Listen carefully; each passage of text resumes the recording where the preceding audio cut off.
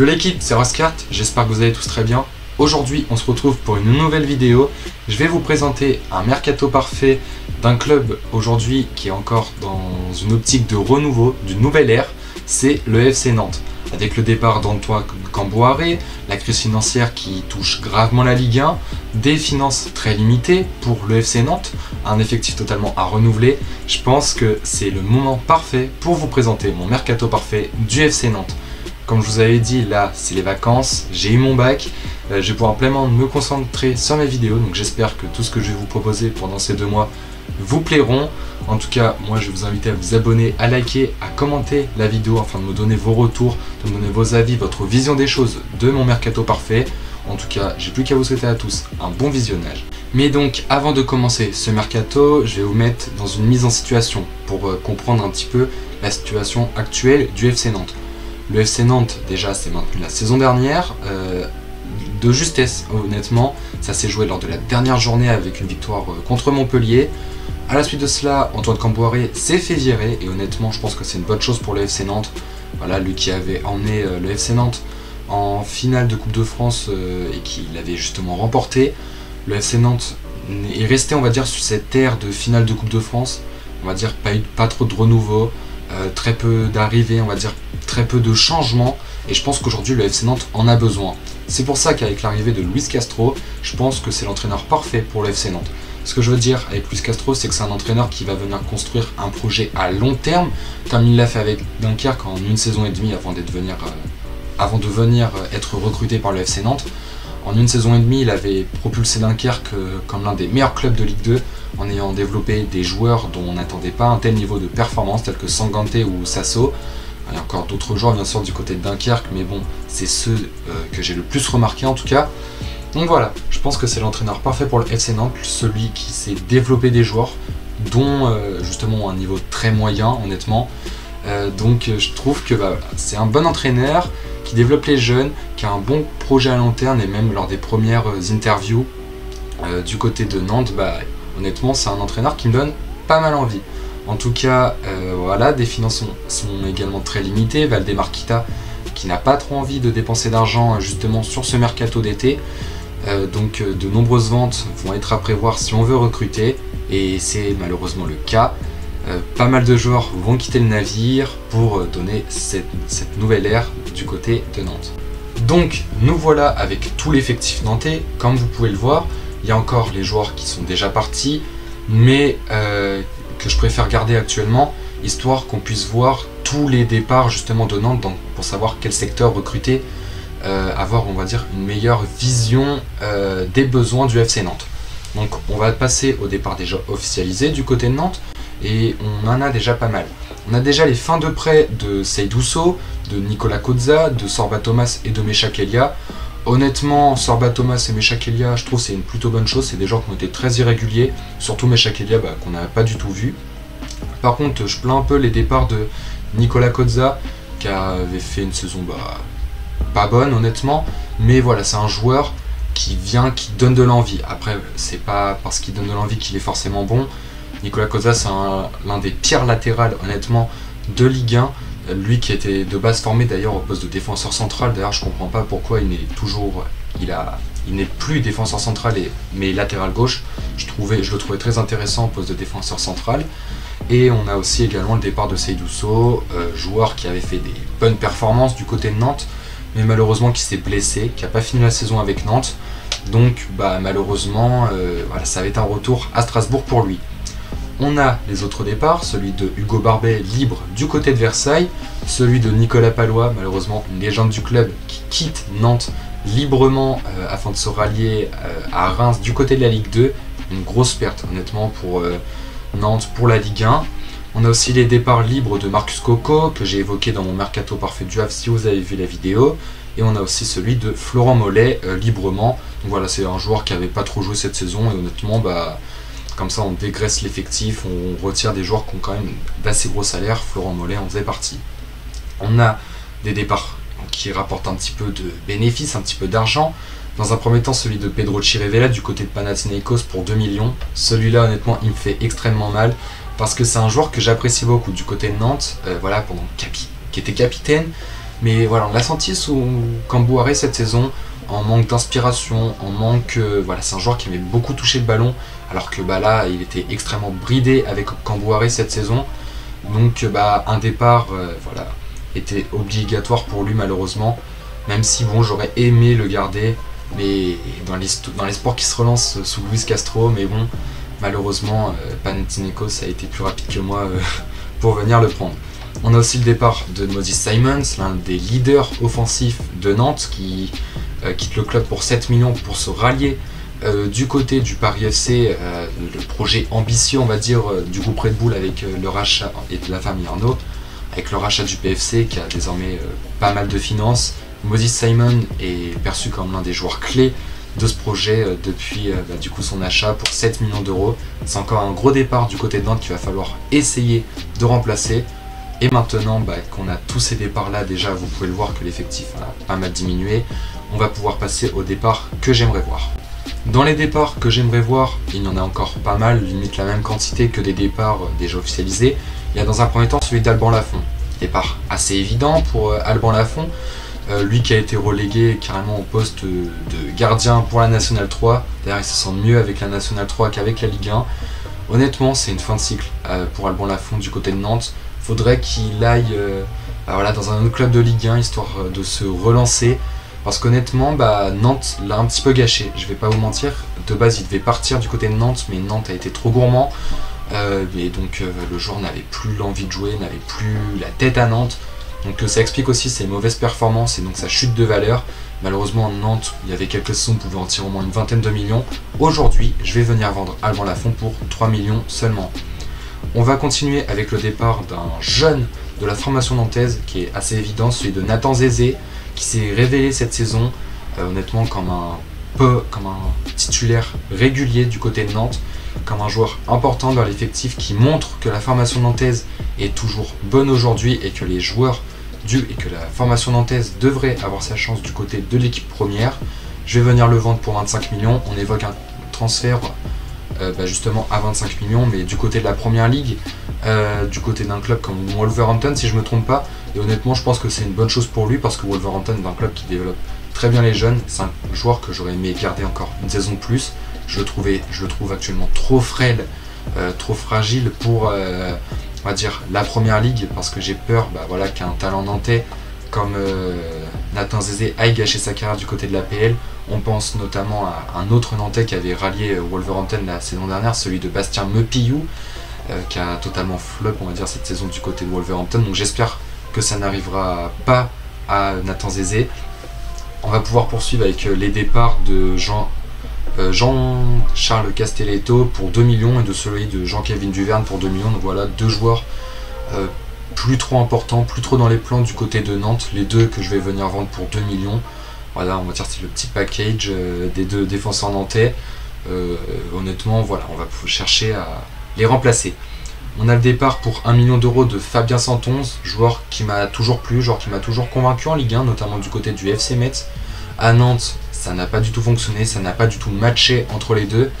Je pense qu'un départ voilà, du côté d'un club qui vient de monter, Lorient où la situation des latérales droits est assez compliquée, peut-être un retour à Metz, ou encore du côté du Paris FC, lui qui a pas mal d'expérience en Ligue 1, lui qui a encore les jambes pour la Ligue 1, voilà. C'est pas un mauvais joueur honnêtement, mais je trouve qu'à Nantes il est totalement perdu, il ne sait plus, voilà, je le trouve mauvais à Nantes, même si je sais que en général Fabien Santonze est un très bon joueur de Ligue 1. Je préfère s'en débarrasser pour la carrière, pour sa propre carrière quoi.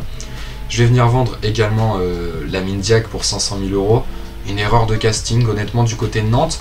Un joueur qui a été recruté, mais bon, qui n'a pas eu sa chance, qui a enchaîné les prêts. Écoutez, je vais le laisser du côté de son club en Turquie, à Hatayspor si je ne me trompe pas, pour 500 000 euros. On a le départ de Douglas Augusto pour 6,5 millions, donc voilà, à l'heure où je tourne, on est le 7 juillet, donc je sais pas quand la vidéo sortira, le temps de faire le montage et tout. Et voilà, Douglas Augusto devrait quitter Nantes afin de rejoindre la Russie du côté de Krasnodar. Gros départ pour Nantes, voilà, c'est un joueur qui m'a fait kiffer avec cette équipe nantaise. Malheureusement, il n'était pas trop heureux au club, il n'était pas tant que ça intégré si je me trompe pas de ce que j'ai pu voir. Donc honnêtement c'est un bon départ pour lui, mais c'est une très mauvaise chose pour Nantes et un poste encore une fois à venir remplacer impérativement. Autre départ important qui va piquer, ça va être celui de Matthijs Ablin pour 30 millions d'euros. Là, c'est l'une des ventes les plus chères, si je ne me trompe pas, de l'histoire du FC Nantes.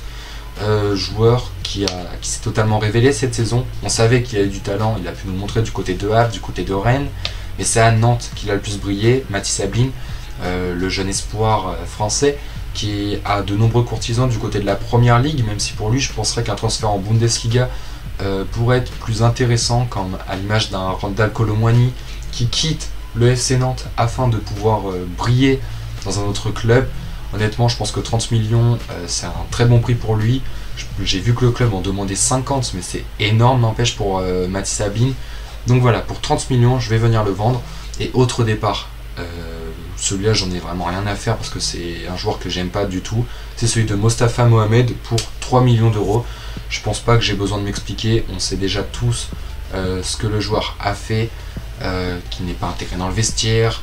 Il ne veut pas se battre pour son équipe, alors que voilà, juste pour un stop homophobie sur le brassard, alors à la rigueur, j'ai même pas besoin de m'expliquer, juste c'est un joueur que j'aime pas, qui a un comportement que j'aime pas, donc je vais venir le vendre. J'ai pas besoin de ce mec là dans mon équipe, dans cette équipe du FC Nantes. Et donc maintenant voilà, on voit tous les départs du côté de Nantes, énormément de besoins. Je vais à partir de maintenant vous présenter les recrues. Avant de vous parler de ma première recrue, je tiens à préciser que le FC Nantes a déjà officialisé certaines arrivées. Dans un premier temps, le gardien du FC Metz, Alexis Mirbach, 20 ans, qui viendrait pour le poste de 3e gardien. Alors à noter que moi je le compterai comme un 4e gardien dans mon effectif parce que je vais aller chercher un autre gardien. Je trouve qu'Alexis Mirbach, en tant que 3e gardien, c'est assez fragile. Voilà, c'est un joueur qui a quand même du talent, ça je ne le nie pas, mais je pense que voilà, je vais venir chercher un 2e gardien, là où Alexis Mirbach va quand même pouvoir prendre de l'expérience avec des joueurs comme Anthony Lopez ou Patrick Carlgren que vous pouvez voir, mais je pense qu'il y a mieux à faire, n'empêche, au niveau de jeunes gardiens, et vous verrez la piste que je viendrai chercher. Il y a également aussi l'arrivée de Uros Radakovic en défense centrale, donc 31 ans si je ne me trompe pas, le Serbe.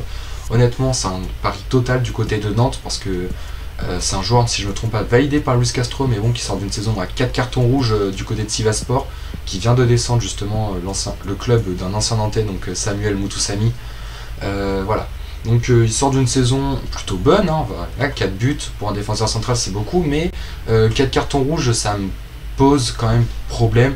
Voilà, c'est un défenseur dans ce qu'on peut voir qui est assez lent, surtout quand on connaît par contre la vitesse des attaquants de Ligue 1 qui vont toujours très vite.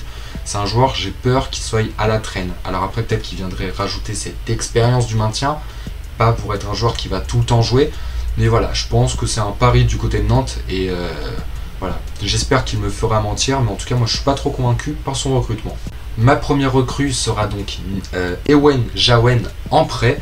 Alors pour ceux qui ne le connaissent pas, c'est un jeune gardien du Stade de Reims qui a passé les 2 dernières saisons en Ligue 2, que ce soit du côté de Rodez ou du côté de Dunkerque.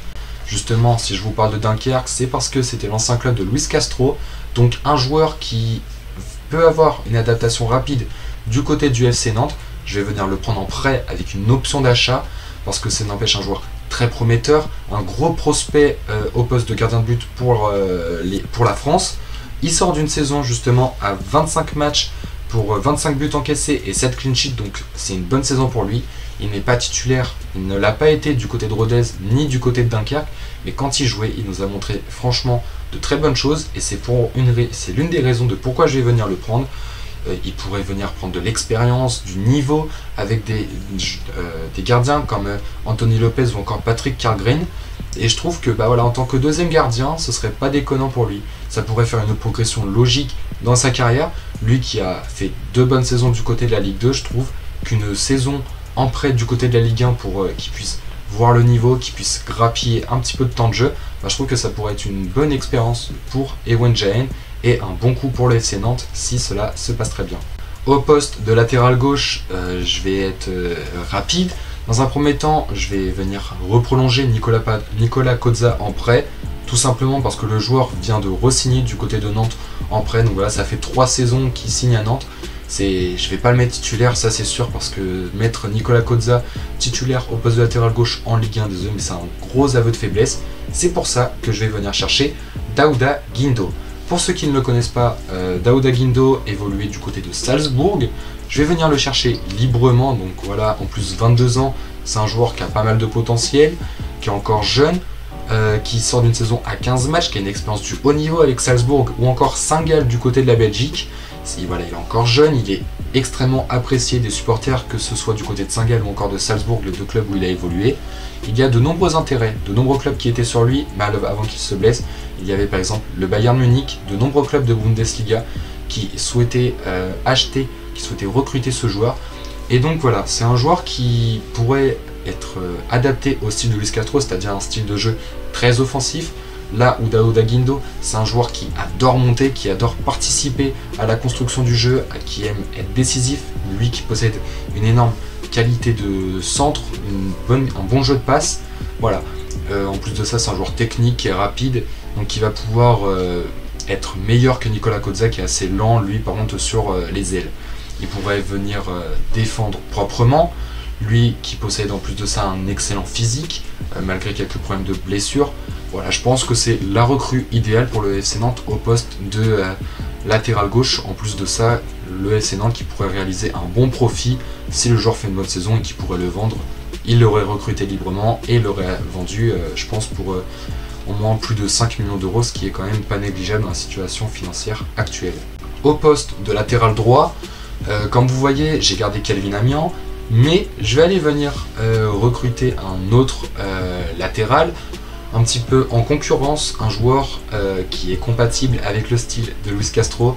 Bien sûr, je vais vous parler d'un ancien joueur du Paris Saint-Germain qui était formé au club, Alec Georgian. Formé au Paris Saint-Germain, voilà, il a connu un début de carrière très compliqué avec très peu de temps de jeu dans les clubs où il a été. Il s'est relancé du côté de Concarneau et du côté de Dunkerque où il a totalement explosé lors de ses 2 dernières saisons du côté de la Ligue 2. Surtout du côté de Luis Castro où justement il s'est très bien adapté à ses consignes.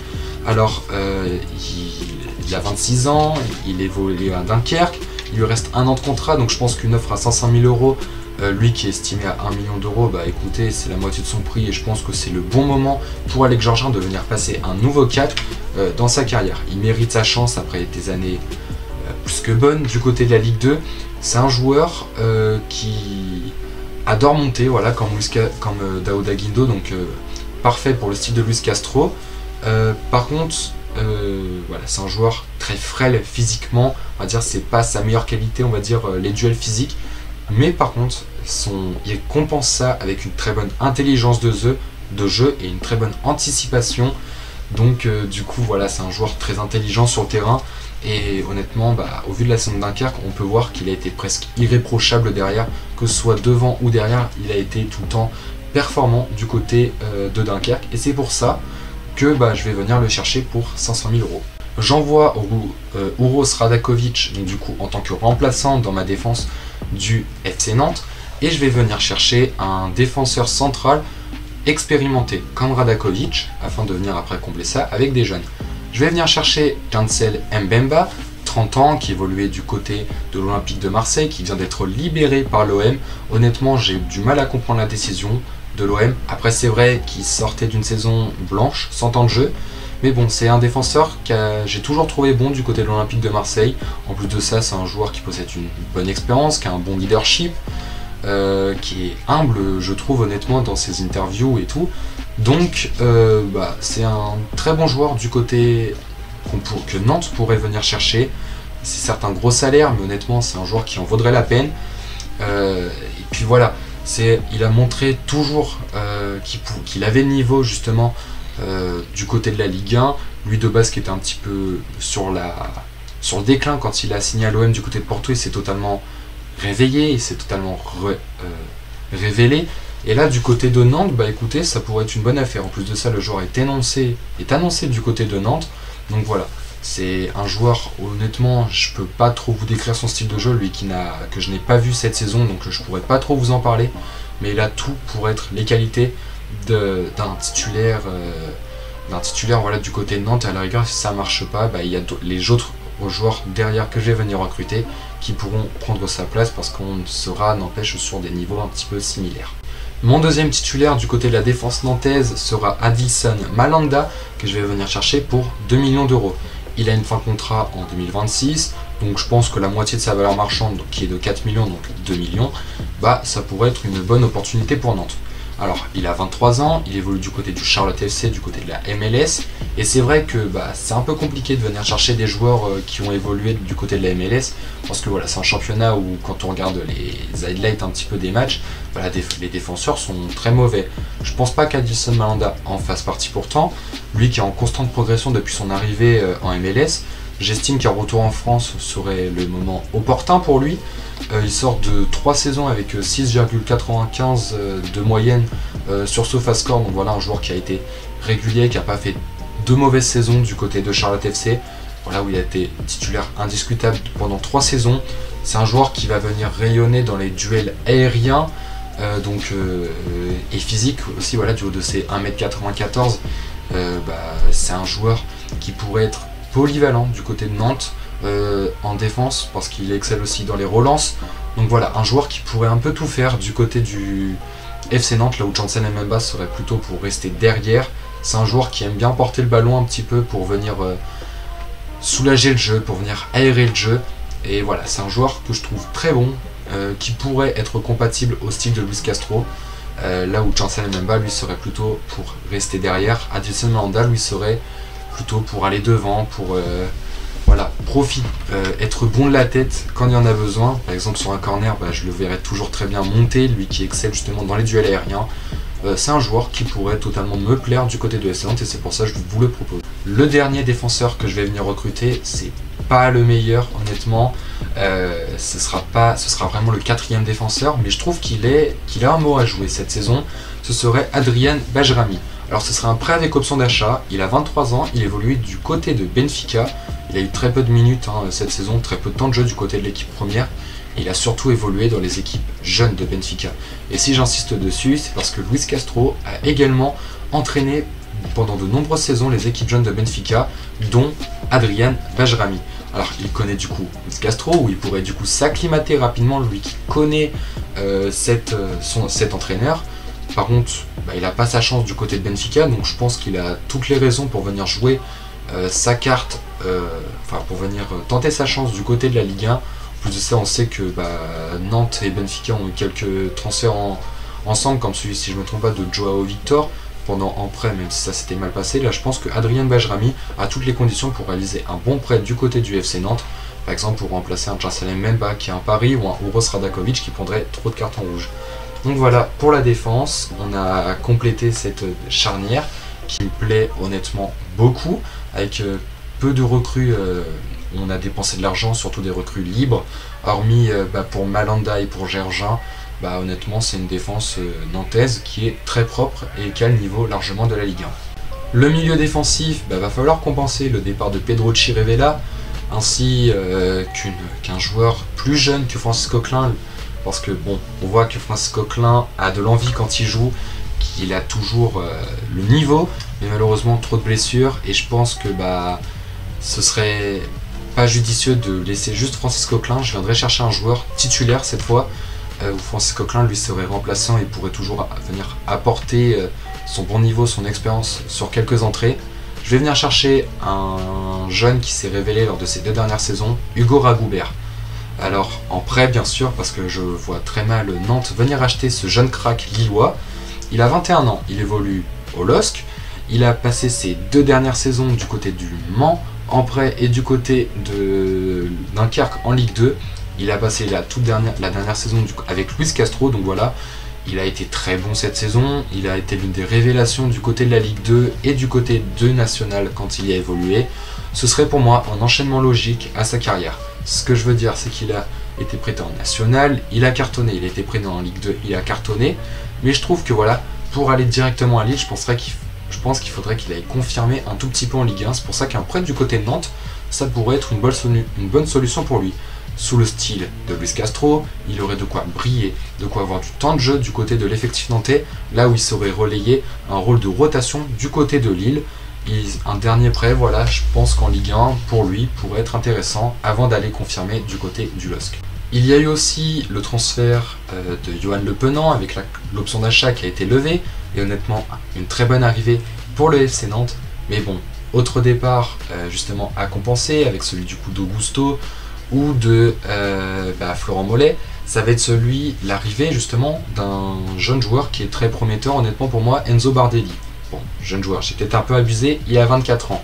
Mais pour 3 millions, je pense que c'est une très bonne option. Alors oui, c'est vrai que là vous vous dites, purée, mais il est en train de piler Dunkerque. C'est un peu le cas honnêtement, parce que Dunkerque sort d'une très bonne saison, avec du coup les meilleurs joueurs que je suis peut-être en train de leur prendre.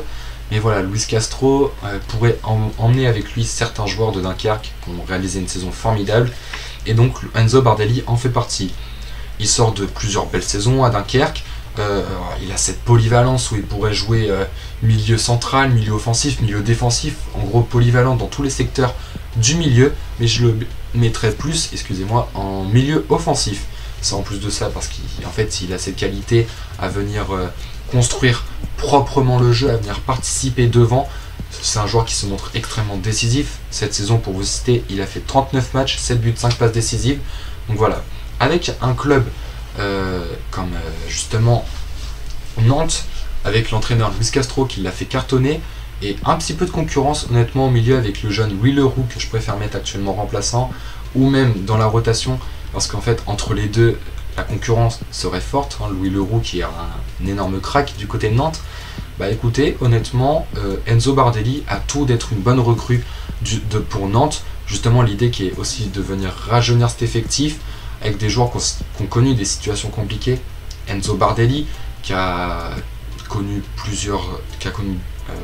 une descente avec Dunkerque, mais qui a également connu aussi une première partie de saison lors de l'arrivée de Luis Castro qui était horrible, hein, justement, avec aucune victoire, et finalement il s'est totalement révélé sous ses ordres. Donc je vais venir le prendre pour 3 millions. Je pense que voilà, Dunkerque ne va pas dire non à une grosse offre, et je pense que Enzo Bardelli a tout pour être un titulaire, un joueur de complément, un joueur de rotation dans cette équipe du FC Nantes. On passe à l'ailier gauche, un joueur que j'apprécie beaucoup cette saison, que j'ai pas mal regardé, c'est Serginho. Il évolue du côté de Viborg, il a 24 ans, je vais venir le chercher pour 2 millions d'euros. Alors après je pense que le prix il est un petit peu faible, d'autant plus que plusieurs clubs sont sur lui, donc le prix devrait pas mal monter. Et voilà, 2 millions d'euros, je pense que c'est une bonne offre pour lui qui est en fin de contrat si je ne me trompe pas en 2026. Il évoluait sous Luis Castro lui aussi du côté de Benfica. Donc voilà, en fait l'idée c'est que j'aille prendre plein de joueurs qui ont évolué sous Luis Castro afin justement qu'ils puissent s'adapter rapidement à son style de jeu. Donc en 2 ans à Viborg, au Danemark, il s'est totalement révélé, hein. 60 matchs, 8 buts, 26 passes décisives. Cette saison, si je ne me trompe pas, c'est cette saison où il a cartonné avec une vingtaine de passes décisives. Pour ceux qui ne le connaissent pas, Serginho c'est un joueur très technique qui est important à la création d'occasions. C'est un joueur qui excelle dans la vision du jeu et dans son jeu de passe. On démontre ses 20 passes décisives cette saison où il a été un élément essentiel de l'attaque de Viborg.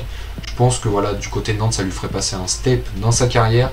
Lui qui n'a jamais vraiment eu sa chance du côté de Benfica, un club du top 5 européen sous son ancien entraîneur, ça a tout d'être la recrue idéale, en espérant que sa patte gauche viendrait illuminer la Ligue 1. Sur l'aile droite, je vais quand même venir recruter, parce que y a l'arrivée de Yacine Benatab, 22 ans, en provenance d'Aubagne, qui a fait une magnifique saison en national. Si je ne me trompe pas, c'est la révélation du national. Honnêtement, je pense que c'est encore un peu trop fragile pour la Ligue 1, donc je vais lui mettre un joueur en concurrence, un jeune joueur aussi, qui a évolué sous Luis Castro, encore une fois. Je vais vous parler de Guessim Yacine, une arrivée pour 2 millions d'euros aussi. Donc voilà, il a 19 ans, il évolue à Dunkerque, il a évolué sous Luis Castro, où il a éclos sous ses ordres. Donc voilà, il est habile techniquement. Donc voilà, c'est surtout dans les petits espaces, c'est un joueur, voilà, j'ai regardé ses highlights et franchement, il me plaît énormément. Je l'ai connu lors de la saison de QRM que vous voyez juste ici, et descendu en national, et franchement quand je regardais les matchs de Dunkerque, c'était l'un des joueurs qui me tapait dans l'œil. Voilà, il possède un petit peu ce surnom de Ben Arfa, un petit peu dans son attitude, dans son style de jeu. Mais voilà, c'est un joueur très propre techniquement, où il manque juste le dernier geste. Il a été nominé parmi les révélations de la Ligue 2. Et je pense que voilà, Dunkerque ne dirait pas non plus à une offre aussi conséquente de 2 millions d'euros. Un joueur qui rejoindrait encore une fois l'entraîneur qui l'a fait éclos. Et je pense que voilà, cette concurrence Benatab Yacine du côté de Nantes en Ligue 1, voilà, cette jeunesse, on va dire ces joueurs qui sont encore tout frais physiquement, voilà, c'est des joueurs importants et qui seraient très plaisants, voilà, qui me plairait justement ce duo sur l'aile droite, Yacine, Benatab. Écoutez, ça a tout d'être une belle concurrence, c'est pour ça que je suis venu le chercher. Le FC Nantes a besoin d'un buteur. On sait qu'il y a eu le départ de Mathis Ablin, de Mostafa Mohamed, mais il nous reste encore Ignatius Ganago et Tino Tendo Kadewere. Donc je pense que voilà, c'est des joueurs Kadewere qui a pas trop le niveau de la Ligue 1, mais Ganago qui a toujours été un bon attaquant de Ligue 1, je trouve, et je pense qu'il mérite de rester dans cette équipe du FC Nantes, histoire d'apporter son expérience, histoire de ne pas trop avoir de départ aussi, que l'équipe soit trop déstabilisée. Je vais donc venir chercher un titulaire un petit peu, un joueur qui a brillé du côté de la Ligue 1, c'est Sekou Mara. Alors, un petit peu de questions n'empêche sur Sekou Mara, je vais venir le prendre en prêt avec option d'achat. Il a 22 ans, il évolue du côté de Strasbourg, où ça a été un échec total. Il a brillé du côté de Bordeaux en Ligue 1 il y a quelques saisons, avant d'être vendu à Southampton, où ça s'était un petit peu moyen passé.